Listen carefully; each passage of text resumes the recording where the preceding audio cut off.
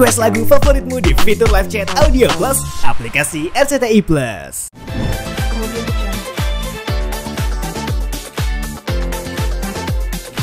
Selamat siang teman-teman media. Assalamualaikum warahmatullahi wabarakatuh. Salam sejahtera untuk kita semua. Terima kasih untuk waktunya hari ini terkait dengan berita tentang pelanggaran hak moral lagu saya di beberapa digital streaming platform. Jadi saya mau menerangkan dulu bahwa sebelumnya pada tahun 2016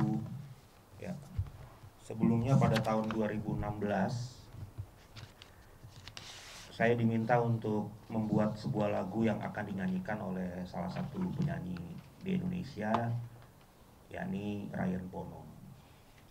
Dimana pada tahun 2016 saya menciptakan lagu yang berjudul I Still Love You, yang dirilis di bawah naungan PT Halo Entertainment Indonesia, yang kemudian lagu tersebut dieksploitasi oleh PT Halo Entertainment Indonesia di beberapa digital platform seperti Spotify, YouTube Music, dan Apple Music.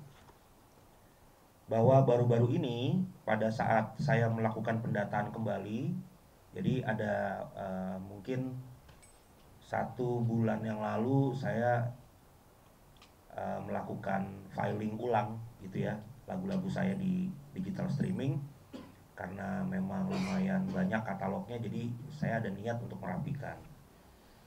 Nah, melakukan pendataan kembali seluruh lagu-lagu saya yang telah dieksploitasi dalam industri musik, saya menemukan bahwa ternyata lagu saya yang berjudul I Still Love You yang dinyanyikan oleh Ryan Pono dan dieksploitasi oleh PT Halo Entertainment Indonesia di beberapa digital platform ternyata tidak mencantumkan nama saya sebagai pencipta, namun mencantumkan nama Ryan Pono sebagai pencipta lagu tersebut, di mana saya sebagai pencipta lagu memiliki hak moral sebagaimana yang telah ditentukan dalam Undang-Undang Hak Cipta, yakni hak untuk selalu dicantumkan nama pencipta dalam setiap ciptaan, dan siapapun dilarang untuk menghilangkan nama saya dalam setiap ciptaan saya. Bahwa selain itu, dengan dicantumkannya nama Ryan sebagai pencipta, saya sendiri sebenarnya selama ini kalau bicara masalah manfaat ekonomi dari lagu tersebut, harusnya saya juga turut merasakan royaltinya gitu. Saya turut merasakan manfaat ekonominya, tapi sampai hari ini reporting yang katanya di report ke Naga Suara pada saat saya membuatkan lagu ini kan tahun 2016 ya, saya masih ada di publishing Naga Suara, itu saya tidak pernah merasakan royaltinya secara signifikan.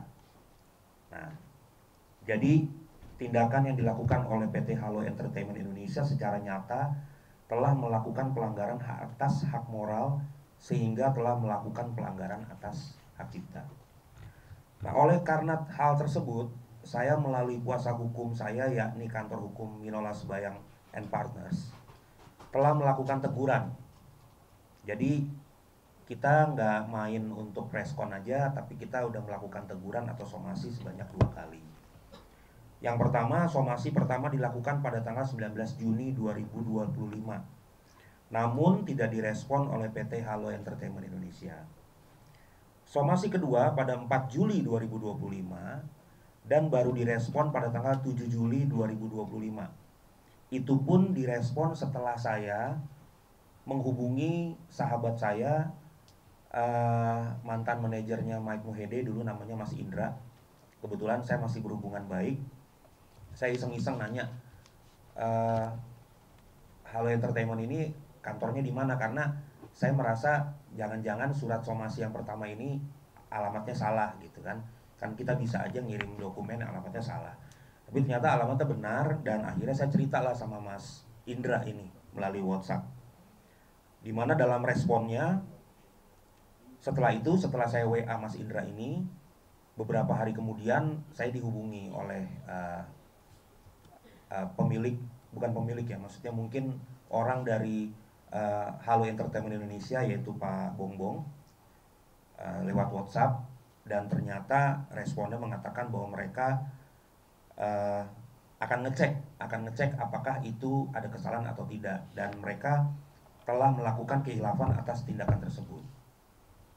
Nah, namun demikian, sebagaimana kesalahan dari PT Halo Entertainment Indonesia tidak dilakukan hanya sekali, melainkan terjadi kekeliruan di beberapa digital platform. Jadi bukan cuma satu kesalahannya. Jadi ada 3 platform, yaitu tadi YouTube Music, Apple Music, dan Spotify.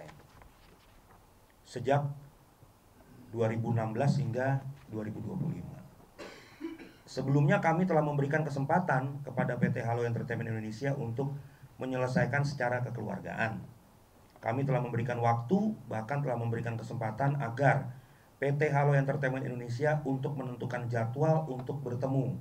Nanti ada surat-suratnya yang akan ditunjukkan guna menyelesaikan permasalahan tersebut. Namun hingga saat ini PT Halo Entertainment Indonesia tidak kunjung menunjukkan itikat baiknya untuk menyelesaikan permasalahan ini. Bahwa oleh karena itu, melalui somasi terbuka ini, kami kembali menegur PT Halo Entertainment Indonesia atas tindakannya yang telah melakukan pelanggaran atas hak cipta. Nah, ini perlu saya sampaikan juga, nanti ditambahkan oleh Bang Minola dan Mbak Nadia, bahwa kondisinya pertama kali saya menemukan, ini contohnya dari Apple Music ya. Ini tulisannya performing artist Ryan Bono, lalu composition and lyrics Irwan Simanjuntak. Padahal secara komposisi, aransemen saya juga yang buat, liriknya juga saya yang buat. Jadi saya nggak tahu kenapa tiba-tiba ada nama Irwan Simanjuntak di sini. Ini Irwan Simanjuntak juga teman saya gitu. Jadi mungkin ya ini bisa dipertanyakan. Oke, di YouTube Music malah tidak mencantumkan sama sekali nama saya sebagai pencipta. Ya, di YouTube Music. Terus untuk Spotify, pertama kali saya menemukan ini langsung atas nama Ryan Bono sebagai penulis lagunya. Nah, sementara di YouTube dari Halo Entertainment Indonesia jelas nama saya masih ditulis sebagai pencipta lagu, yaitu Badai Krispati.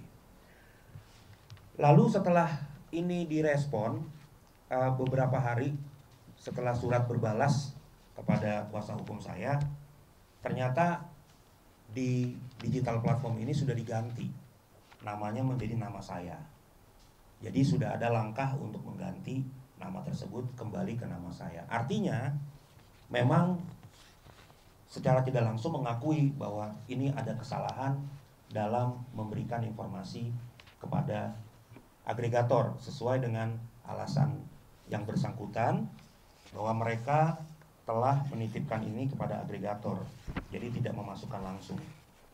Namun bagi kami, karena saya juga punya perusahaan rekaman, agregator pasti akan menerima input atau informasi dari yang memberikan metadata. Jadi tidak adalah hal yang mungkin tidak masuk akal ya, tidak logik kalau penginputan data bisa beda dengan informasi. Jadi maksud kami dari respon ini adalah somasi terbuka kepada PT Halo Entertainment Indonesia. Mohon direspon, mohon diklarifikasi, karena sesuai dengan undang-undang dan peraturan bahwa setiap pelanggaran hak moral ada sanksinya, dan ini bukan saya yang ngomong, tapi undang-undang hak cipta yang bicara. Nah, setelah sebelum ini kita juga pernah ada berurusan ya Bang, ada dengan satu label, dan selesai mereka menanggapi dengan baik tanpa harus ada seperti ini. Kira-kira seperti itu beritanya. Mungkin Bang Winola mau tambahin?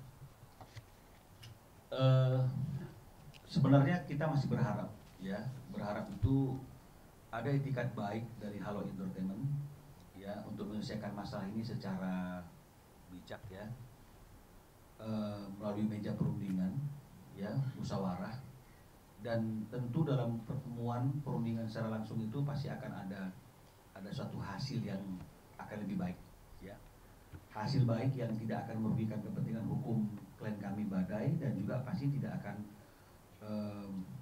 menimbulkan kerugian yang lebih besar bagi Halo Entertainment. Karena kalau memang misalnya kemudian posisinya dia merasa dengan memberikan satu kali jawaban, melempar tanggung jawab kepada pihak agregator, dan kemudian berjanji untuk hadir dalam pertemuan biar ada mediasi, tapi kemudian tidak ada kabar apapun hingga hari ini, bahkan surat somasi atau surat kami yang ketiga itu juga tidak direspon. Ini menurut kami kan bukanlah suatu sikap yang bijak ya. Jangan sampai nanti ini akan menambah daftar gugatan dari seorang pencipta yang karya-karyanya itu ya tidak dihargai ya, dan ini akhirnya membuat kita mengatakan bahwa komposernya yang salah. Padahal sebenarnya kita sudah membuka ruang untuk melakukan negosiasi, untuk melakukan perundingan, tapi tidak direspon. Ketika kita melangkah ke upaya hukum atas pelanggaran hak moral sebagaimana yang diatur dalam pasal 7 Junto pasal 112, dan di pasal 112 itu ada sanksinya, ada dendanya, dan itu kita lakukan, nanti kemudian akan terjadi gesekan yang panjang lagi antara pelaku pertunjukan dengan komposer yang dianggap enggak benar selalu komposernya. Nah, jadi kami harapkan sebelum kita mengambil upaya hukum yang lebih lanjut, ada itikat baik untuk hadir, untuk mencari solusi atas permasalahan ini. Ya, kenapa klien kami juga mengambil cara untuk melakukan somasi terbuka ini, tentu agar ketika masalah ini menjadi masalah hukum, ada catatan digital bahwa ada jejak digital bahwa kami sudah melakukan upaya-upaya yang sepatutnya kami lakukan. Jadi jangan sampai nanti kemudian ketika ada gugatannya jadi makin besar, jadi pusat perhatian, kemudian dikasih tahu kenapa baru sekarang kan itu selalu itu. Padahal sudah ada langkah-langkah yang dilakukan. Selama ini langkah-langkah yang dilakukan kan mungkin tidak selalu dibagi ke teman-teman media. Tiba-tiba sudah ada gugatan. Nah, selalu mereka defendnya kok baru sekarang, kok nggak begini, nggak begitu. Padahal ini sudah diberi kesempatan untuk bermusyawarah, tapi tidak merespon. Ya, ini kan juga tindakan yang tidak baik. Dan kita sangat menyayangkan, sangat sedih sekali kita artinya itu melihat bahwa situasi ini gimana ya, satu lagu yang diciptakan ya kemudian oleh Badai, dinyanyikan oleh Ryan Pono hari ini suka berbicara itu tentang kebijakan, wisdom, ini semua segala macam, banyak sekali yang dia sampaikan dalam medsosnya kan begitu ya. Kami berharap walaupun ini tidak secara langsung berkaitan dengan dia, tapi harusnya setelah ada somasi kepada Halo Entertainment itu, pasti kami berharap ada komunikasi di antara mereka. Dan harusnya Ryan memberikan masukan-masukan sebijaksana apa yang dia katakan selama ini dalam beberapa media sosial. Ya. Tapi bisa saja ini belum disampaikan, belum didiskusikan.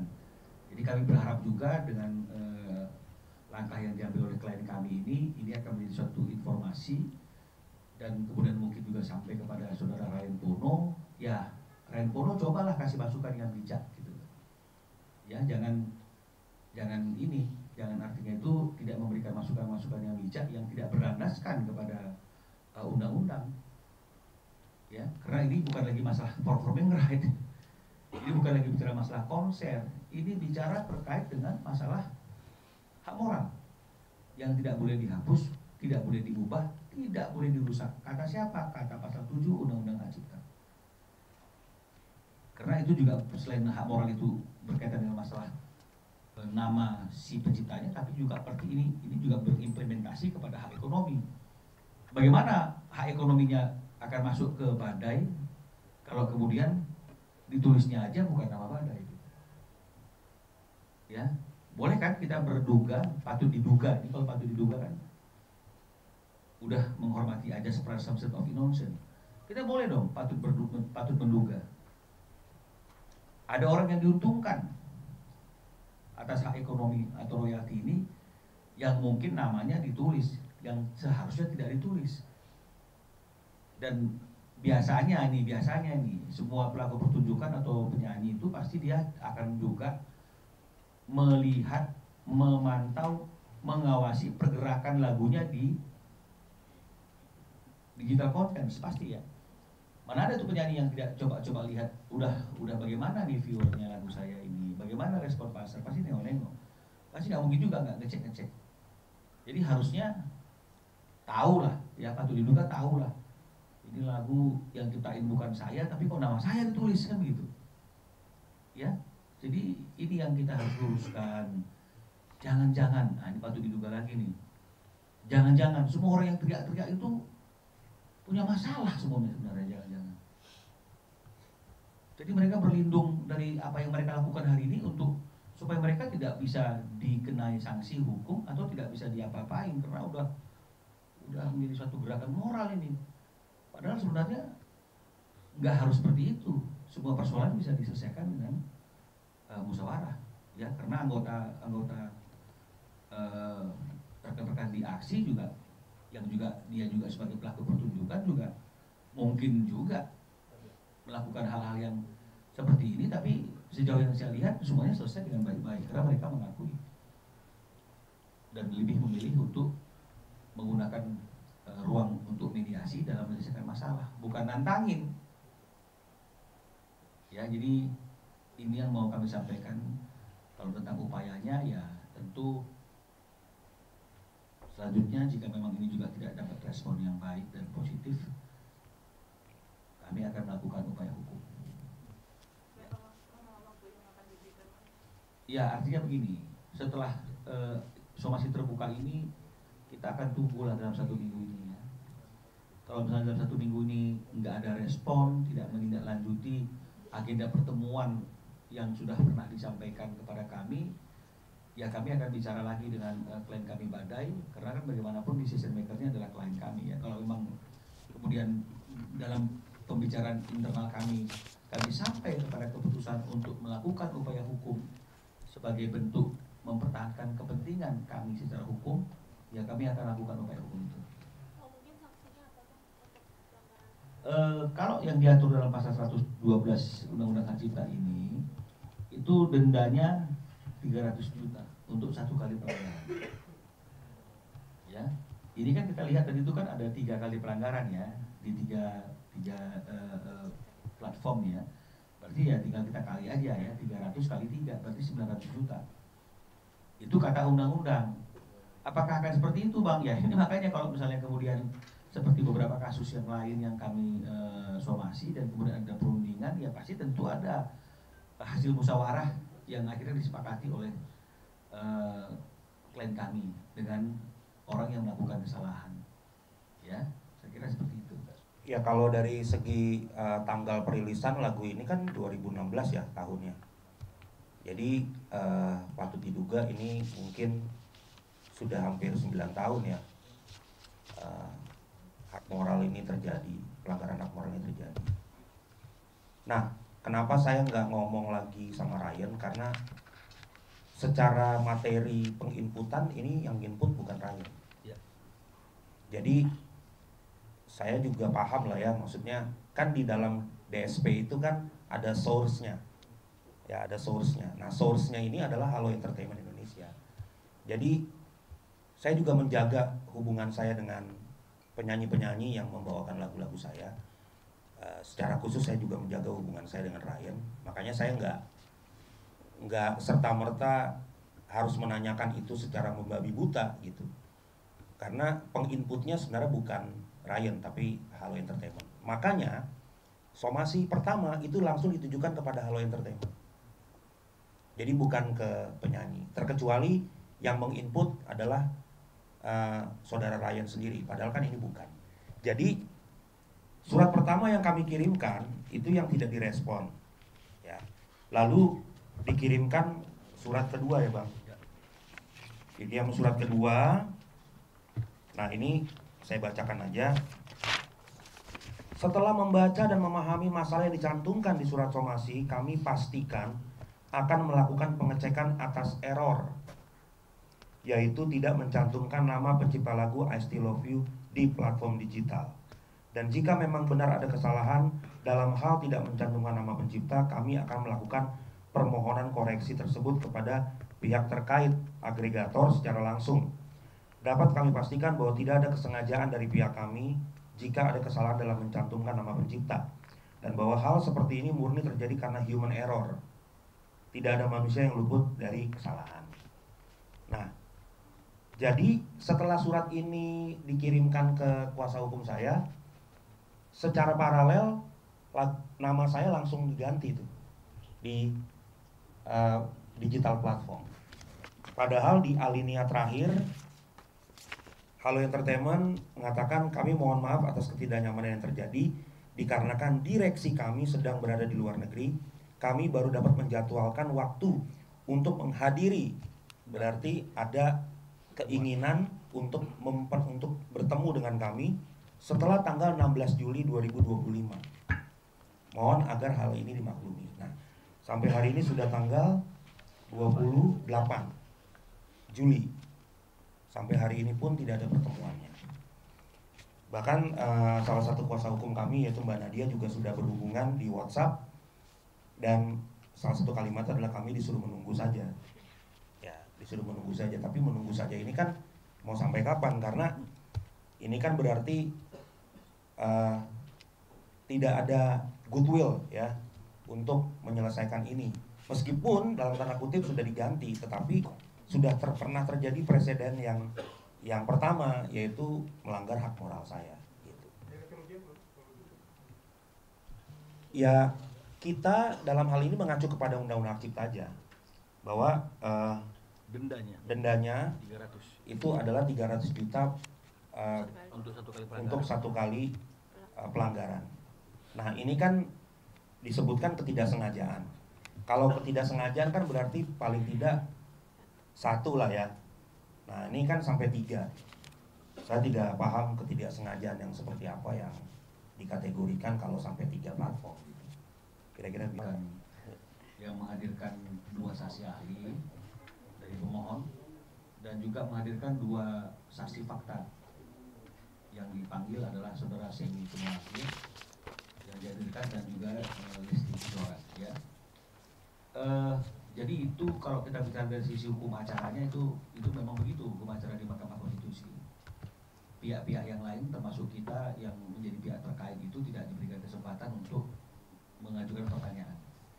Jadi yang mengajukan pertanyaan itu hanya orang yang mengajukan saksi ahli, ya itu dari pemohon dan kemudian mewakili pemerintah dan beberapa majelis hakim itu mengajukan pertanyaan yang dijawab langsung. Ya. Pada prinsipnya tentu ada perbedaan pandangan ya antara apa yang menjadi keyakinan dari teman-teman di aksi ya atau 10 orang yang mengajukan hak terkait itu ya dengan apa yang disampaikan oleh mereka itu baik oleh para saksi ahli maupun oleh para saksi fakta ya. Tapi satu hal yang perlu kita garis bawahi bahwa dalam keterangan yang disampaikan dan dibacakan oleh Semi Simorangkir dan juga Lesti Kejora itu jelas ya tidak ada lagi keraguan-raguan bahwa dia mengatakan sebagai pelaku pertunjukan ya. Jadi artinya kita selesai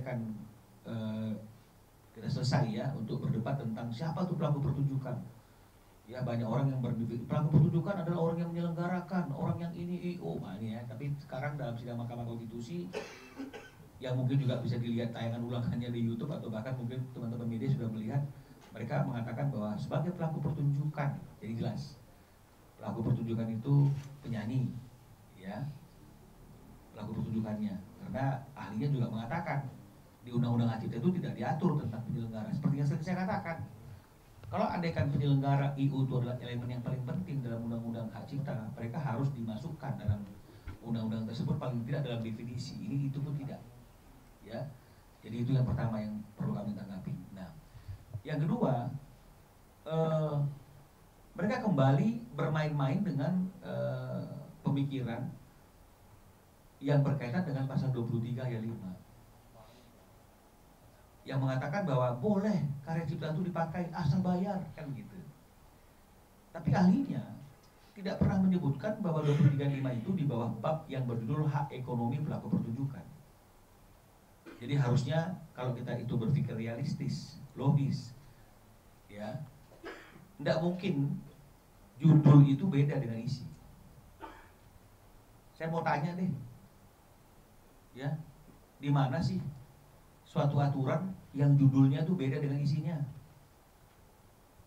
Jadi kalau misalnya judulnya itu adalah hak ekonomi pelaku pertunjukan, mungkin nggak itu bicara tentang hak ekonomi pencipta atau hak ekonomi yang lain? Nggak mungkin, because law is logic. Ya, tapi itu kemudian yang diulas-ulas dengan berbagai macam pandangan dan teori. Tapi tidak pernah menyebutkan dengan jujur bahwa yang diatur dalam pasal 23.5 itu di bawah judul bab hak ekonomi pelaku pertunjukan. Tolong ini di highlight dan ditulis besar-besar. 23.5 itu di bawah judul bab hak ekonomi pelaku pertunjukan. Jadi nggak mungkin dia bicara tentang hak ekonomi pencipta. Itu yang pertama, ya. Dan kemudian mereka mengatakan dengan berbagai macam teori dan juga pendapat, bahkan kemudian perjanjian internasional yang menurut saya walaupun itu memang seperti itu adanya, tapi sudah tidak lagi layak untuk kita bicarakan dan kita perdebatkan, karena Undang-Undang Hak Cipta sendiri mengatakan bahwa perubahan Undang-Undang Hak Cipta 28 tahun 2014 ini kan juga perubahan dari tahun 2002. Itu kenapa dilakukan perubahan? Karena ingin mengadopsi beberapa perjanjian-perjanjian internasional yang kita juga menjadi bagian, yang berarti sudah meratifikasi, seperti Berne Convention. Artinya kita sudah tidak lagi bicara mengenai masalah teori-teori dan perjanjian-perjanjian internasional tersebut, karena kita sudah bicara hukum nasional.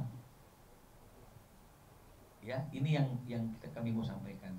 Tapi ahlinya kan ngomongnya kan terlalu luas, ya, tidak perlu izin gitu. Nah, seperti yang saya katakan bahwa di dalam pasal 87 itu jelas mereka juga bicara tentang LMK. LMK ini adalah lembaga yang memang mengutip dengan wajar, ya, untuk layanan publik. Layanan publik. Kalau kita lihat penjelasan Undang-Undang Hak Ciptanya itu cukup jelas. Pertanyaan saya, sesuatu yang cukup jelas perlu dijelaskan lagi nggak? Nggak perlu. Nah, sementara ahlinya mengatakan tidak diatur apa itu layanan publik oleh Undang-Undang Hak Cipta. Bahkan dalam penjelasan juga dikatakan cukup jelas. Kita baru temukan penjelasan apakah itu layanan publik di PP. Nah, ini dia nih. Saya nggak mengerti itu. Ya, di PP 56 gitu loh, yang mengatakan layanan publik itu adalah termasuk konser gitu. Ya, saya bukan akademisi, tapi saya dokter hukum juga, ya, yang boleh juga mengeluarkan teori, ya. Jadi saya melihat bahwa sesuatu yang cukup jelas jangan coba diberikan penjelasan lagi, yang mana penjelasan itu juga bisa menjadi blunder. Nah, jadi kalau saya mengartikannya, layanan publik itu adalah suatu bentuk pelayanan yang diberikan oleh seseorang agar orang lain nyaman, ya, servis. Contohnya misalnya kita masuk ke mall, layanan publik ini, karena untuk masyarakat yang hadir di mall itu ketika masuk dalam suasana-suasana tertentu, Valentine misalnya, diputarin lagu-lagu Valentine, oh nyaman kita. Nengok-nengok barang-barang juga nyaman. Itu namanya layanan publik. Nggak perlu izin, cukup bayar ke LMK, ya. Di radio misalnya, diputar lagu-lagunya. Kita di perjalanan ditemani dengan lagu-lagu, ya. Itu kan layanan publik. Kita terlayani, aduh ini radio ini bagus nih. Lagunya lagu-lagu yang bisa ngerti tentang keadaan-keadaan hari ini, misalnya seperti itu. Nggak perlu izin penciptanya, cukup bayar. Mall, kereta api, semua segala macam nggak perlu. Nah, sementara kalau sebuah konser, Makanya diatur dalam pasal 9 ayat 1F. Ini yang mereka ingin hilangkan, katanya tidak konstitusional. Aneh. Ya. Di situ mengatakan bahwa pertunjukan ciptaan secara langsung itu diwajibkan untuk mendapatkan izin. Berarti itu kita mau bicara tentang live concert. Perhatikan, live concert itu adalah sebuah transaksional. Karena penyelenggara, IO, atau siapapun itu diawali dengan cara menelpon. Menelpon itu seperti ini misalnya. Kamu boleh nggak nyanyi di acara ini misalnya? Apa tujuannya? Amal. Dan kamu nggak dibayar, nggak ada masuk, nggak perlu izin, nggak perlu ada royalti juga. Karena kan yang disyaratkan komersil. Ini yang lupa, komersil. Nah, tapi kalau misalnya kemudian saya ingin mengundang Anda untuk melakukan konser tunggal nih. Kira-kira jadwalnya tanggal sekian cocok nggak? Oh, cocok jadwalnya. Berapa harganya? Sekian. Loh, bisa kurang nggak? Terjadi transaksional. Kemudian disetujui oleh penyelenggara atau IO, dibayarkan honornya penyanyi itu. Di atas panggung penyanyi lagu apa? Ya nyanyi lagu yang mempopulerkan dia. Jadi kalau mereka bilang lagu itu tidak populer kalau tanpa kami nyanyikan, ya dia juga akan populer dengan lagu itu. Bahkan banyak penyanyi yang diidentikan dengan lagu yang dia bawakan, betul tidak? Jadi harusnya nggak usah jadi suatu seperti dua kubu seperti itu. Jadi harusnya duduk bareng-bareng, kita sepakati bagaimana ke depannya. Kalau misalnya kemudian ada kesalahan-kesalahan di masa lalu, bagaimana cara penyelesaiannya? Jangan seperti ini. Ya, nah jadi itu dia yang namanya konser. Nah, bayangkan kalau misalnya kemudian ini juga dianggap tidak perlu izin. Lalu buat apa undang-undang hak cipta mengatakan bahwa hasil ciptaan itu adalah hak yang bersifat eksklusif, yang melekat eksklusif kepada penciptanya? Betul ya? Dan pencipta seolah-olah tidak boleh untuk tidak mengizinkan. Nah, maaf, ini bukan maksud saya tidak menyampaikan sesuatu yang sarkasme, yang tidak berpendidikan, tapi untuk lebih mudah memahami. Tadi saya ngomong-ngomong dengan badai. Saya mengandaikannya seperti ini. Maaf juga, saya juga tidak ingin mendiskreditkan profesi-profesi tertentu, ya. Seorang PSK pun yang memang dia itu harus melayani pria yang membayar dia, tetap dia memiliki hak untuk memilih orang yang akan dia layani. Nggak boleh kita mengatakan, kamu itu kan PSK, profesimu PSK, pokoknya setelah aku bayar kamu harus melayani saya. Nggak begitu-begitu banget. Artinya dia masih memiliki hak untuk memilih dan menentukan, walaupun kau bayar, saya tidak mau melayani kamu. Lalu kemudian ke komposer yang dianggap orang yang khusus, sehingga ada undang-undang yang khusus juga, dan apa yang dia hasilkan itu dianggap sebagai satu kekayaan intelektual, dia kehilangan hak itu. Nggak boleh kamu tidak mengizinkan. Yang penting asal aku bayar, aku boleh pakai lagumu, aku boleh eksploitasi lagumu. Logika ini dari mana? Kita mau pakai teori apapun, ajas apapun, apakah benar kalau itu hanya ingin membenarkan bahwa kita boleh menggunakan karya cipta seseorang sesuka hati kita? Ya, jadi ini yang kemarin kami lihat dari apa yang disampaikan oleh saksi ahli dan juga yang disampaikan oleh fakta. Kami hanya menyanyi. Loh iya, kamu hanya menyanyi, tapi kamu tahu nggak bahwa yang kamu nyanyikan itu milik orang lain? Atau nyanyikannya dia lagu ciptaan kamu lebih aman, kan begitu ya? Ini enggak juga gitu. Kami ketakutan, loh. Ini suatu hal yang menurut saya terlalu berlebih-lebihan. Sebenarnya nggak perlu takut.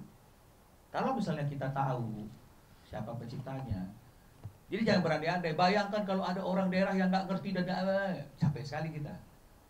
Ini kita bicara orang-orang yang sekarang ini, dia dulu pernah terkenal, bahkan sampai hari ini terkenal dengan lagu itu. Mau konser ya tinggal telepon aja, wah pakai ya lagunya ya, izin ya. Oh masa tiap hari harus minta izin? Kan saya sudah bilang juga, temui penciptanya, izin ya 2 tahun. Jadi selama 2 tahun saya izin pakai lagu kamu, tapi pembayaran royaltinya kalau saya konser. Kalau nggak konser ya nggak apa-apa, izinnya ada tapi nggak pernah digunakan, boleh toh. Sekarang apakah orang yang mengurusin udah pasti dia akan mengendarai mobil? Apakah sudah pasti dia punya mobil? Enggak. Jadi jangan dibolak-balik logika dan teori hukum itu nggak boleh, jangan dibolak-balik. Walaupun mereka ya ini ya, tapi saya juga dokter hukum gitu loh. Saya juga punya pendapat dan punya teori yang harus juga dihargai dan dicermati. Nah, jadi ini yang harusnya jangan seperti itu, ya. Nah, jadi itu yang kami ingin sampaikan terkait dengan apa yang disampaikan rekan-rekan pemohon di MK kemarin itu. Apapun yang disampaikan hanya ingin membenarkan bahwa mereka boleh pakai lagu tanpa izin. Ini nggak benar, ya. Ada ahli pidana yang juga mengatakan pemidanaan itu harus ini secara teori, ya.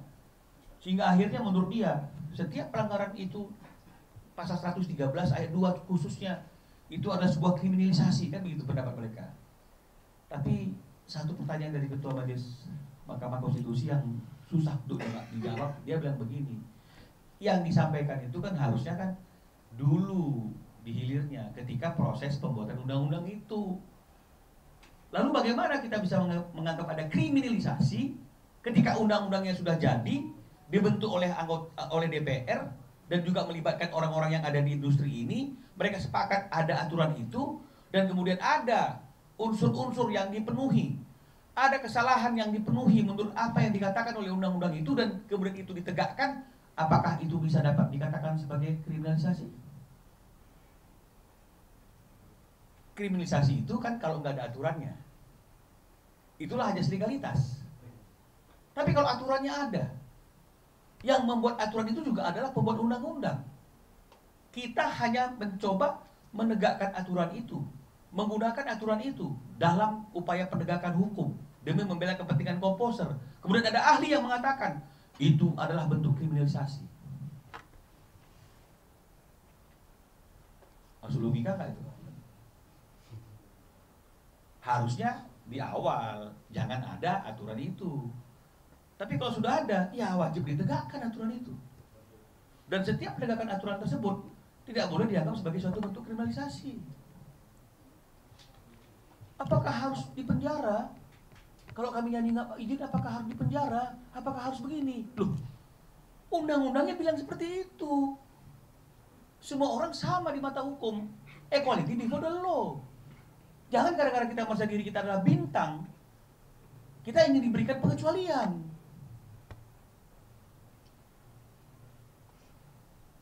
Ayolah, kita berpikir lebih logis lagi, hati dingin. Kita semua berteman. Berbeda pendapat itu hal yang wajar. Saya sudah mengatakan perbedaan pendapat itu adalah terkait pola pikir. Jangan membuat kita jadi saling membenci gitu loh. Ayo kita duduk, ini pasti selesai kok kalau kita duduk bersama. Ya, hanya saja masalahnya nggak mau duduk, maunya ini perang opini, hanya ingin kelihatan pendapat kami lebih benar dari pendapat yang sana. Ini yang nggak benar. Perjuangan ini bukan lagi untuk memberikan kebaikan, memberikan kepastian hukum, tapi hanya ingin menyatakan bahwa orang itu lebih benar daripada orang ini. Itu jangan seperti itu. Ini udah motivasi yang lain. Ya apalagi kalau misalnya kemudian banyak seminar-seminar yang dilaksanakan, banyak edukasi-edukasi yang diberikan, kemudian saya mendengar selentingan-selentingan meskipun nggak sebut nama. Ini semuanya gara-gara pengacara itu. Loh, apa yang saya lakukan? Apa yang saya lakukan? Saya hanya melakukan memberikan bantuan hukum kepada saudara Ari Bias ketika dia merasa haknya tidak dia dapat sesuai dengan undang-undang hak cipta. Saya hanya mengujinya melalui gugatan saya ke pengadilan niaga. Kemudian respon daripada pengadilan niaga, majelis hakimnya itu mengabulkan apa yang menjadi gugatan saya. Lalu apa masalahnya? Sehingga saya dianggap sebagai sumber daripada keributan terkait dengan masalah hak cipta hari ini di Indonesia. Jangan begitu, bro. Ya, artinya saya harus beropini. Anda juga boleh beropini, tapi janganlah cari kambing hitam. Saya nggak ada kepentingan. Yang saya lakukan itu semuanya notabene adalah pro deo. Nggak ada tuh yang bayar honor, boleh tanya. nggak ada juga keuntungan apapun secara ekonomis, secara nama. Ya meskipun nama saya nggak ngetok-ngetok kali, tapi saya punya nama. Dari tahun 94 saya sudah menjadi pusat pemberitaan dari beberapa kasus yang saya tangani sampai hari ini. Jadi saya nggak juga gila popularitas. Ya, jadi ini yang ingin kami sampaikan. Dan mengenai masalah MK itu ya seperti itu. Ya, karena apapun yang mereka katakan, ahlinya, faktanya, hanya ingin supaya dibenarkan, mereka boleh menggunakan lagu tanpa izin asal bayar. Ya, sementara ada fakta yang menarik yang kami dapatkan untuk satu peristiwa hukum yang sedang kami urus di salah satu untuk kepentingan satu komposer yang nggak bisa saya sebutkan namanya. Kami menanyakan bagaimana LMK ini ketika mengurusi karya cipta klien kami ini berkaitan dengan hal-hal yang berhubungan dengan live konser. Ya, jawaban LMK, saya nggak sebut juga LMK-nya. Dia mengatakan demikian. Ya, saya bacakan biar nggak terjadi fitnah. Dia mengatakan begini, menjawab surat kantor kami. Mengenai pembayaran royalti untuk kategori konser, live event, baru diberlakukan peraturannya setelah tahun 2021. Jadi artinya undang-undangnya 2014. Ya. Tarif-tarif yang berhubungan dengan masalah berapa royalti konser itu 2016. Ya, nanti terkait dengan masalah itu ada lagi yang saya jelaskan biar kita lurus, teman-teman media bantu luruskan gitu ya. Nah, jadi dia mengatakan mengenai pembayaran royalti untuk kategori konser, live event baru diberlakukan peraturannya setelah tahun 2021. Berarti sebelum tahun 2021 nggak ada. Terus kemana mereka minta izinnya? Kemana mereka bayar royaltinya? Padahal aturannya sudah ada 2014. Pengesahannya udah ada tahun 2016. Makanya harusnya duduk bareng, jangan ada dusta. Selesaikan dengan baik-baik. Jadi bukan melakukan perlawanan nanti kalau dicek nanti semuanya ada masalah tuh yang ribut-ribut itu.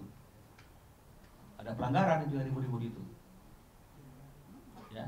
Nah, setelah kami cek di dalam sistem pembayaran royalti yang terkoneksi dengan sistem LMKN. Jadi memang ini ketegasan mereka. Ya. Jadi seperti yang saya katakan, mereka juga saksi ahli yang ada dalam MK itu kan juga bicara mengenai masalah LMKN. Nah, saya hanya ingin bertanya sebenarnya kemarin itu LMKN itu diatur di pasal berapa Undang-Undang Hak Cipta? Enggak diatur. Oh, diaturnya di PP 56. Baca dong judul PP 56. Apakah PP 56 itu adalah PP yang melahirkan LMKN? Enggak juga, itu tentang tata kelola royalti kok. Andaikan pun PP 56 itu adalah PP yang mengatur pendirian LMKN, pertanyaannya, boleh nggak kita membuat satu lembaga baru dengan PP, sementara undang-undang tidak meminta itu? Boleh nggak? Logika hukum boleh nggak? Ya nggak boleh, undang-undangnya nggak minta, kenapa kita buat? Oke? Nah, sekarang ini sesuai dengan peraturan menteri misalnya, yang sudah mengesahkan royalti begitu yang sering-sering kan, yang 2% betul ya? Di pasal 89 ayat 3 kalau tidak salah itu dikatakan yang menetapkan royalti itu adalah lembaga manajemen kolektif. Yang menetapkan royalti dan kemudian disahkan oleh menteri itu adalah penetapan yang dibuat oleh lembaga manajemen kolektif. Coba cek penetapan royalti yang sekarang dia bilang mereka, wah ini sudah ada aturannya, bla bla. Siapa yang menetapkan? LMKN yang menetapkan. Lalu saya tanya, kalau misalnya kemudian undang-undang bilang yang menetapkan itu adalah LMK yang mengesahkan menteri, boleh nggak yang menetapkan LMKN yang mengesahkan menteri? Boleh nggak? Logika aja, kan orang pintar semua. Gak boleh dong. Betul ya? Gak boleh dong, orang undang-undang bilang yang menetapkan si A gitu misalnya. Baru disahkan oleh menteri kan gitu. Tiba-tiba ada dia aturannya tentang itu. Tapi yang bikin si B. Loh, kok bertentangan dengan undang-undang? Alasannya ada PP. Loh, PP kok lahir bertolak belakang dengan apa yang diatur oleh undang-undang? teori apapun yang kita gunakan itu pasti hanya ingin membenarkan apa yang kita lakukan. Saya nggak perlu berteori apapun, karena saya yakin apa yang saya sampaikan itu adalah kebenaran. Begitu ya, saudara. Bang, Ya. Ini kan Artisnya siapa ini? ada Icayang. Oh, Ya. kalau udah beli putus ya udah. Udah, nggak ada masalah ya. Kan Sekalipun gini. nggak ada masalah. Kan itu kan ibaratnya dengan kesepakatan. Pembelian putus itu kan Ada MOU. harus ada MOU. Jadi nggak bisa dengan serta merta beli putus terus tanpa perjanjian. Gitu. Mas Badai sendiri gimana tanggapannya kemarin melihat Oh Semi Mbak Badai. Statement Semi nih, Oh, 5 juta dia bilang keluar. kan betul karena kamu paling tua lagumu dipilih katanya. Bukan karena bagus lagu kamu Dai. Iya. Ya saya memang paling tua memang di Krispati memang. Karena waktu album pertama tuh saya 26 tahun, udah tua kali ya. Di zaman itu mungkin apa ya, Bang? Kategorinya udah tua kali Bang. Ya, udah pemuda lah. Iya. Gini ya teman-teman, gini ya. Jadi kalau dimintain duit 5 juta, ya kan yang bersangkutan kan ngomong secara lisan. Ya teman-teman nonton nggak sidang MK-nya? Ya kan dibilangnya secara lisan. Dan itu kan dimintakan oleh manajemen kita pada saat itu, ya kan. Nah, sekarang saya tanya aja, yang bersangkutan pernah bayar nggak ke manajemen kami dulu, gitu kan? Kalau saya tidak pernah merasa bahwa ada ketentuan bahwa ada nilai pembayaran di situ. Karena seingat saya pada saat itu memang kita melarang. Karena pada saat itu yang bersangkutan sudah keluar dari Krispati. Ya kalau sudah keluar dari Krispati ya berjalan aja dengan karir solonya kan. Jadi tidak perlu lagi membawakan lagu-lagu kita pada saat itu, terutama lagu saya. Apalagi lagu itu sebenarnya nggak bagus ya. Apa tuh? Kan dia ya karena paling tua aja dia juga punya lagu. Dia ya udah nyanyiin lagi ya. Aku kurang mendengar sih kalau ada kalimat itu, tapi setahu saya pada saat itu ketentuannya begitu. Nah, kan yang saya lihat pada saat sidang MK itu kan yang bersangkutan ngomong kalau dia tidak pernah meladeni, ya kan? Tidak pernah meladeni karena merasa bahwa ada ada ketimpangan hukum lah, dalam arti begitu kan. Nah, berarti kalau tidak pernah meladeni artinya ya nggak pernah bayar dong berarti. Ya kan? Setelah 2016 saya keluar dari Krispati, saya memberlakukan juga kepada Krispati pada saat itu untuk bayar persentase. Tapi pada saat itu yang saya kasih ke Krispati adalah 10%. Dinego menjadi 5%. Ada kontraknya dan berlaku hanya 1 tahun.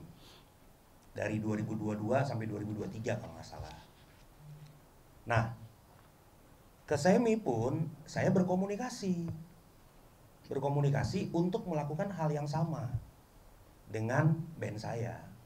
Karena kategorinya adalah selama ini kan lagu saya dipakai dari 2000, mungkin selama saya keluar dari Krispati itu kan dibawakan juga. Nah, yang bersangkutan juga menolak untuk membayarkannya gitu. Jadi yang membayarkan itu hanya Krispati aja 5%. Kalau Semi nggak pernah bayar ke saya. Dan saya juga nggak pernah ganggu. Saya nggak pernah nagih. Semi mau konser di mana, mau off air di mana, kecuali untuk mechanical rights ya. Ya itu kan kalau mechanical rights kan ada izinnya. Tapi selama ini Semi kalau nyanyi di mana-mana, saya nggak pernah pusingin gitu.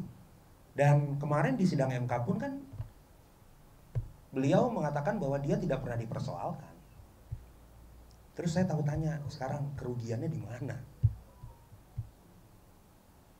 Jadi kalau bicara masalah kerugian, kan yang rugi saya. Lagu saya dibawain kemana-mana, dari LMK-nya nggak jelas, dari LMK ini juga nggak jelas, dari yang bawain lagunya juga nggak jelas. Terus potensi kerugiannya ada di mana? ya pasti kan ada di saya dong sebagai pemilik lagu. Tapi apakah yang bersangkutan saya pernah ganggu? Nggak pernah. Jadi ya saya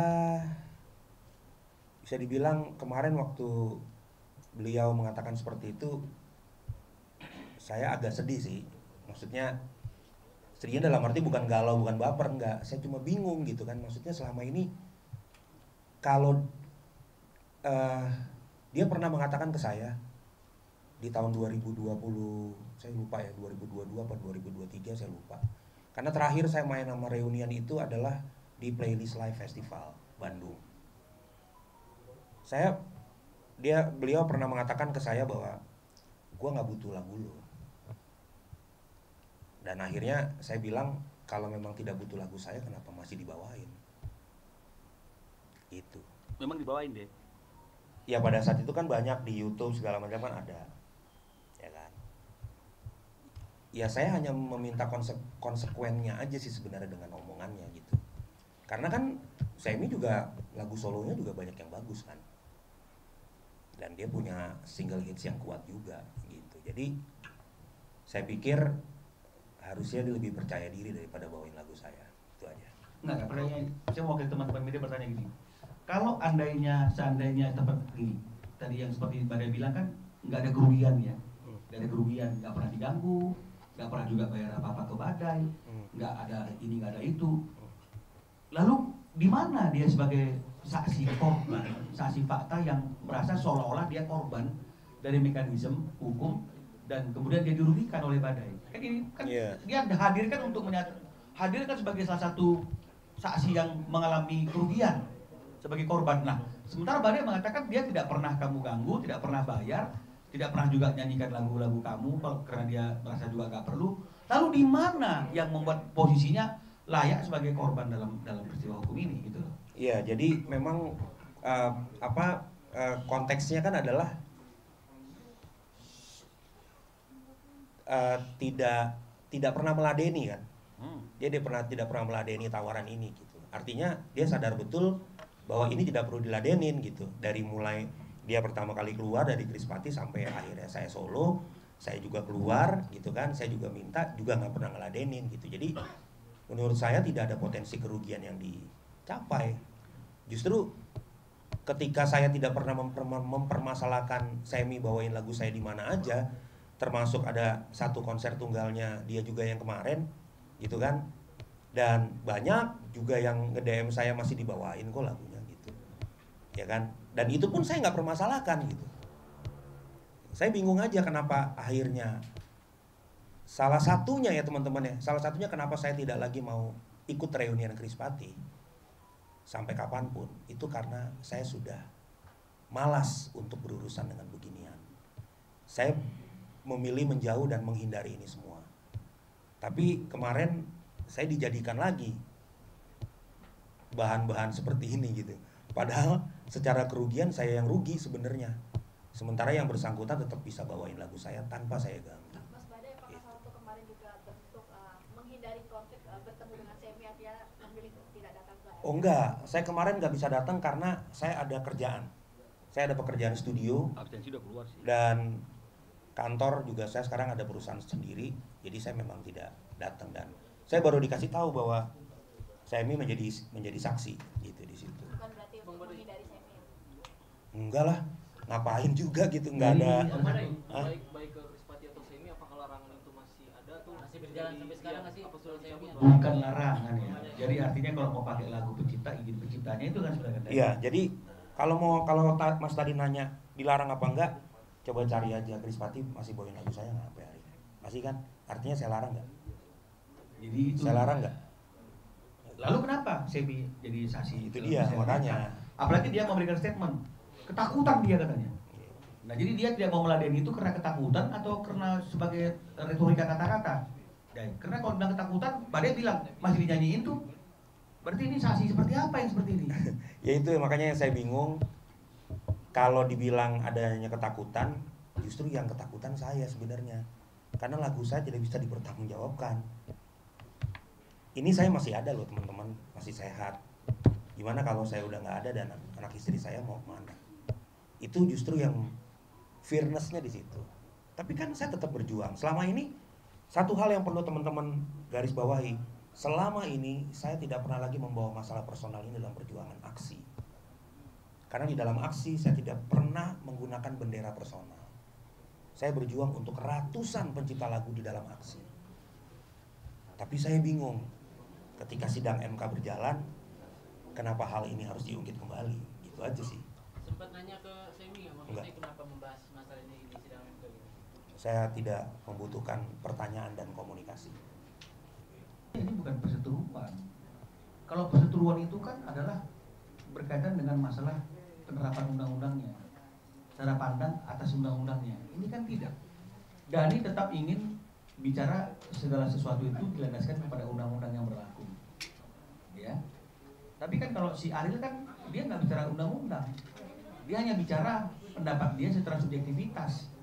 Dia mengizinkan semua orang memakai lagunya tanpa izin, nggak apa-apa. Itu kan keputusan personal. Itu juga menunjukkan bahwa dia memang memiliki hak yang eksklusif atas ciptaannya. Kalau nggak kan boleh juga Dhani bilang, oh kau ketika mengizinkan lagumu dipakai secara bebas tanpa izin, kau melanggar undang-undang. Karena undang-undang mengatakan wajib izin. Kok kau bebaskan? Bisa nggak? Bisa. Coba pelan-pelan. Undang-undang mengatakan setiap orang wajib mendapatkan izin kepada pencipta kalau ingin menggunakan lagunya secara komersil. Betul ya? Wajib ya? Bukan boleh nggak boleh ya. Lalu ketika ada orang yang mengatakan, kamu boleh pakai lagu saya tanpa izin, bertentangan nggak dengan pasal 9? Bertentangan nggak dengan undang-undang? Coba sekali lagi, undang-undangnya bilang setiap orang. Kemarin itu kita sudah mengajukan replik. Ya, replik atas jawaban yang diajukan oleh kuasa hukum Vidi, ya. Itu untuk yang performing right. Tapi kalau untuk dua gugatan lainnya, ini kita masih dalam sidang awal, masih pemeriksaan awal, jawaban juga belum masuk dari kuasa hukumnya Vidi. Karena kan ada 3 gugatan ini ya. Gugatan pertama itu tentang performing right konser, kedua adalah eksploitasi digital, yang ketiga distorsi karena tidak mencantumkan nama Pak Rudi Pekerti sebagai pencipta lagu Nuansa Bening. Yang 2 ini masih berjalan, belum sampai ke tahap jawaban ya. Tapi kalau yang 1 ini kita sudah memasukkan replik, tinggal kita menunggu duplik dari pihak lawan. Inilah update dari perkara Vidi. Masih sama, total tuntutan masih sama. Kalau yang untuk performing right juga masih sama, untuk yang eksploitasi digital juga masih sama, yang untuk distorsi tanpa mencantumkan satu pencipta lainnya itu juga masih sama, dendanya seperti apa yang diatur oleh undang-undang. Aduh, saya belum kalkulasi ya, tapi kalau untuk performing right 24,5 ya, karena ada 31 kali konser.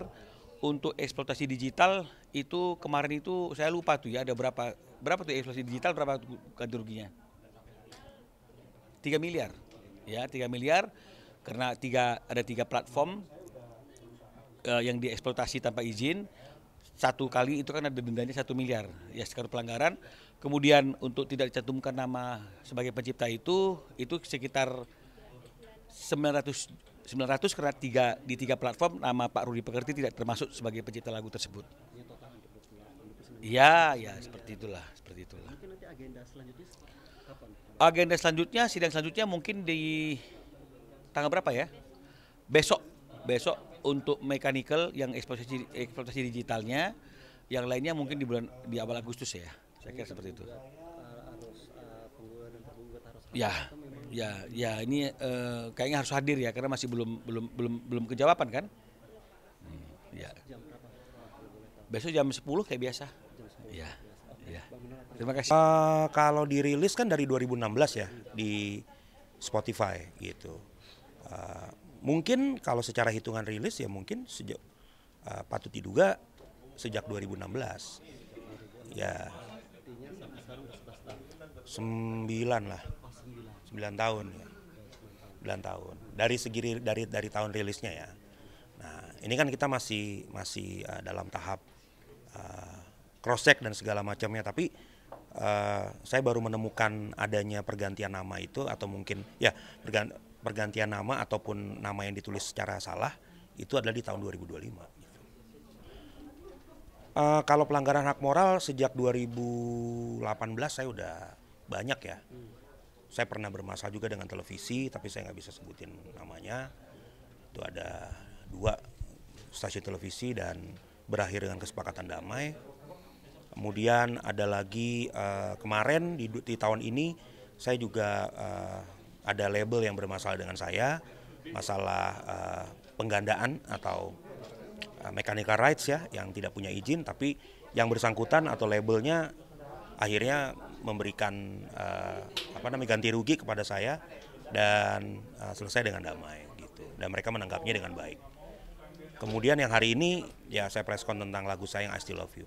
Sejauh ini yang lain saya belum menemukan lagi sih. Saya nggak bisa mengkalkulasikannya ya, karena selama ini pun royaltinya kan sebenarnya di-report ke Naga Suara, karena pada saat itu kan saya masih dalam under publishing Naga Suara. Tapi jujur sampai hari ini saya belum pernah melihat reportnya gitu tentang royalti tersebut. Jadi saya nggak bisa mengira-ngira. Yang jelas begini Mas, yang jelas kalau secara pelanggaran hak moral dan ini sudah terjadi di 3 platform, Apple Music, YouTube Music, dan Spotify. Kalau secara undang-undang hak cipta pasal 113, ini kan pelanggaran hak moral mendatangkan dendanya itu 300 juta. 300 juta untuk satu pelanggaran. Ini kan ada 3 pelanggaran ya. Meskipun yang bersangkutan sudah mengganti namanya kembali kepada nama saya, berarti kan secara tidak langsung ini adalah pengakuan bahwa ada penginputan yang salah atas hak moral saya. Tapi yang tidak dilakukan oleh yang bersangkutan adalah bertemu kami dan menyelesaikan ini sesuai dengan aturan yang berlaku. Makanya hari ini saya mengadakan somasi terbuka karena sudah 2 kali somasi, hanya berbalas surat aja. Tapi untuk perjanjian bertemu belum terlaksana. Artinya dari 300 ini juga nanti akan menjadi acuan untuk tuntutan Mas ke depannya jika memang tidak ada respon dan akan mengambil langkah hukum selanjutnya. Ya, kita berdasarkan undang-undang aja.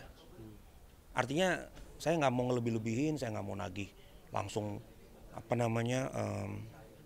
matok-matok harga, enggak. Kita sesuai undang-undang kok. Jadi kan kemarin juga waktu masalah dengan label, salah satu label yang melakukan pelanggaran mechanical rights, kita juga sesuai dengan undang-undang. Dan di situ kan terjadi negosiasi. Ya sudah, bernego dan bertemu dan menyelesaikan ini dengan baik-baik. Gitu. Setelah somasi dilayangkan, apakah dari pihak atau Hello Entertainment Indonesia ini pihak Ryan sendiri sudah ada komunikasi yang terbuka dengan Bang Badeta? Selama ini yang komunikasi dengan kita adalah yang tadi yang bilang berbalas surat. Kenapa saya nggak menghubungi Ryan? Karena nggak ada urusan sama Ryan sebenarnya. Karena yang menginput ini kan bukan Ryan. Kecuali source di DSP itu asalnya dari seorang Ryan Pono. Nah itu bisa saja kita hubungi atau mungkin kita lakukan upaya hukum. Tapi kan somasi ini kan dilayangkan kepada Halo Entertainment karena source-nya berasal dari mereka, bukan dari Ryan gitu. Walaupun Ryan tidak terlibat langsung, tapi apakah ada permintaan maaf langsung dari Ryan Pono terkait dengan ini? Enggak, sampai hari ini bukan enggak, karena memang saya juga nggak menghubungi dan saya juga nggak mau melebar kemana-mana gitu. Sampai hari ini saya nggak tahu Ryan tahu apa enggak untuk masalah ini gitu. Karena sekali lagi saya langsung ke labelnya yang bersangkutan. Dari somasi dan preskon Abang hari ini, tenggat waktu berapa lama yang Abang memberikan untuk mungkin bisa menghubungi atau membuka komunikasi? Tadi kan berdasarkan Bang Minola sebagai kuasa hukum saya, ya mungkin kita lihat 1 minggu inilah ya. 1 minggu ini kira-kira responnya seperti apa. Saya juga minta bantuan ke teman saya Ryan gitu kan untuk meskipun katanya Ryan juga udah nggak di label ini juga gitu. Jadi itulah kenapa saya tidak menghubungi Ryan karena Ryan juga udah nggak on board di label ini gitu. Jadi ya mungkin bisa bantu saya untuk melakukan klarifikasi ini ke label yang bersangkutan supaya ini tidak berkepanjangan juga gitu. Pasti jam 8 gitu. Aku lihat sih anak-anak muda sekarang yang U23 kan yang main bagus banget. Terus aku juga suka sama permainan posisinya mereka. Terus pas kemarin juga pemain yang nada kan yang dari luar negeri gitu. Jadi ya bagus lah kemarin main sama Malaysia mereka 8-0 ya. 8 berapa sih? Main sama apa sih yang mereka yang poinnya lah. Kan lagi ke Korea nih. Kamu jaga adik-adik gimana kalian bagi tugasnya? Bagi tugasnya seperti apa? Ya enggak gimana, kemarin aku habis pergi ke Bandung juga sama ayah dan itu juga emang udah direncanain dari hari-hari kemarin kan. terus juga mereka adik-adik juga di rumah ada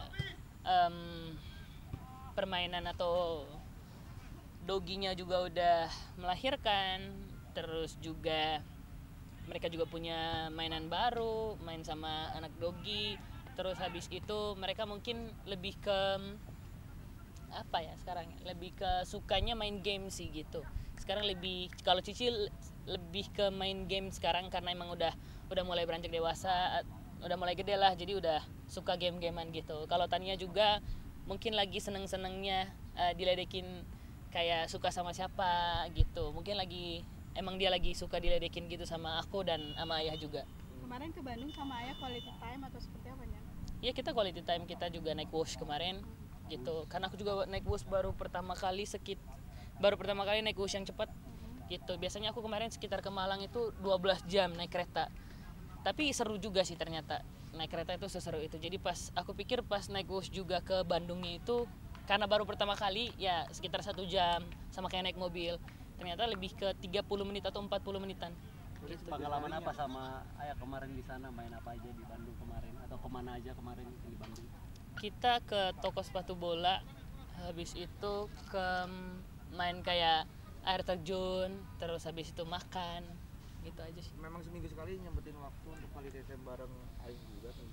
Bukan seminggu sekali sih, lebih ke dapat jadwalnya adik-adik juga, karena adik-adik juga kan sekarang lagi sekolah. Terus habis itu paling dapat sekitar hari Sabtu, kalau enggak hari Minggu. Habis adik-adik pulang ke gereja, habis dari gereja baru main sama ayah gitu. Artinya sesuaikan waktu sama waktunya ayah juga ya? Iya, sesuaikan waktu sama ayah juga, karena kan ayah juga pasti ada kerjaan di weekendnya juga kan pasti dia live gitu. Terus habis itu ayah juga pasti ada meeting, dan aku juga pasti hari Minggu juga ada kerjaan dan nggak ada kerjaan. Paling aku hari Minggu kalau nggak promo lagu di manajemen aku ada kerjaan off air gitu. Kalau enggak aku main bola sama teman-teman kampus karena udah mulai aktif lagi bolanya. Kemarin lagi ujian, break ujian, sekarang baru aktif lagi. Kemarin waktu Bunda ke sana adik-adik gimana tuh, kamu yang nganter ke sekolah atau mungkin bagi Enggak, bagi kan ayah udah ada ayah yang nganterin. Jadi udah ada ayah yang nganterin, terus habis itu kalau nggak ayah yang nganterin ada asistennya mereka yang bisa anterin, ada mbaknya Talia, ada mbaknya Tania gitu. Tapi setiap pagi sekarang ayah yang nganterin sih karena Bunda kan lagi kerja di luar. Bunda kapan balik? Tanggal 30. Mungkin titip ini enggak, oleh-oleh enggak dari Korea mungkin apa gitu. Nggak bisa katanya karena lagi kerja. Jadi nggak ada waktu untuk keluar. Nggak titip sepatu bola gitu? Aku titip sepatu bola kemarin, tapi nggak bisa karena bundanya lagi kerja gitu. Nggak ada waktu untuk bisa keluar dulu. Mungkin kalau misalkan kata Bunda ada waktu untuk bisa keluar, nanti bisa ke tempat sepatu bola. Berarti kamu koleksi banyak sepatu bola kan, sampai satu rak full sepatu bola kan? Kalau satu rak belum sih. Aku rencana pengen kayak koleksi, ada bikin lemarinya di sini, lemari sepatu buat aku kerja, ada yang buat kayak aku. Ini sekarang lebih aku sekarang lebih selalu tanya nanya gimana perasaannya dia, karena emang kemarin habis pergi sembahyang kan gitu. Kalau untuk kangen sama ayah mah pasti. Aku cucu paling kangen sama dia. Jadi aku udah kayak setiap lihat videonya dia pasti selalu nangis tentang dia gitu. Sampai jadi sekarang masih meratapi nangisnya nggak sih nih Nanai, dan kemana-mana ya, sekarang pasti siapa loh. yang nemanin, besok Pasti kan dong. berduaan ya kan? Pasti. Kalau untuk aku, kalau untuk tentang ini dia salah satu emang kalau misalkan opa yang menurut aku, mungkin aku cucu paling beruntung punya opa kayak dia. Jadi dia selalu ngebanggain aku sama teman-temannya, kayak kata-kata yang selalu dia keluarin kayak ini cucu gue loh, gue punya cucu yang jago nyanyi loh gitu, ntar lihat deh cucu gue suaranya bagus gitu. Jadi pas aku sampai sekarang pun masih kayak masih belum ikhlas dan masih belum terima untuk kayak aku Nggak percaya. iya ya? Masih nggak percaya. Dan aku juga pulang ke rumah aku kayak aku selalu ke kamarnya juga kayak oh mungkin ianya lagi pergi lagi gitu, lagi nggak berpikir dia kalau udah nggak ada di samping kita. Jadi kayak setiap itu aku selalu bilang, begitupun adik-adik, begitupun juga mbak yang ada di rumah gitu. Jadi menurutku kayak ya selalu aku selipin doaku untuk yayaku. Kalau untuk malam hari sebelum aku tidur, sebelum aku pergi kerja, sebelum aku tinggalin rumah juga aku pasti doa untuk dia. Kata-kata apa sih yang selalu kamu ingat untuk nemenin kamu dari yang aku bilang tadi, dia selalu ngomong kalau misalkan dia orang yang paling happy dan dia orang yang paling ceria kalau setiap bangun pagi. Dia kayak, aku udah bilang kayak cawan ye gitu. Kalau bahasa Mandarinnya kan untuk selamat pagi kayak cawan ye gitu. Jadi aku kayak selalu bilang sama dia kayak, hari ini kemana? Onyo kalau, dari terus habis itu dia bilang kayak, Onyo kalau nggak ada apa-apa, ayo kita pergi karaokean gitu, kita nyanyi di tempat Yeye gitu. Jadi karena emang Yeye juga punya teman yang circle temannya sukanya kayak happy gitu, jadi tempat makan sambil nyanyi gitu. Jadi aku pas kemarin pergi ke tempat makan yang Yeye seringnya itu kayak, aduh harusnya ada Yeye nih di sini gitu. Itu aja sih paling.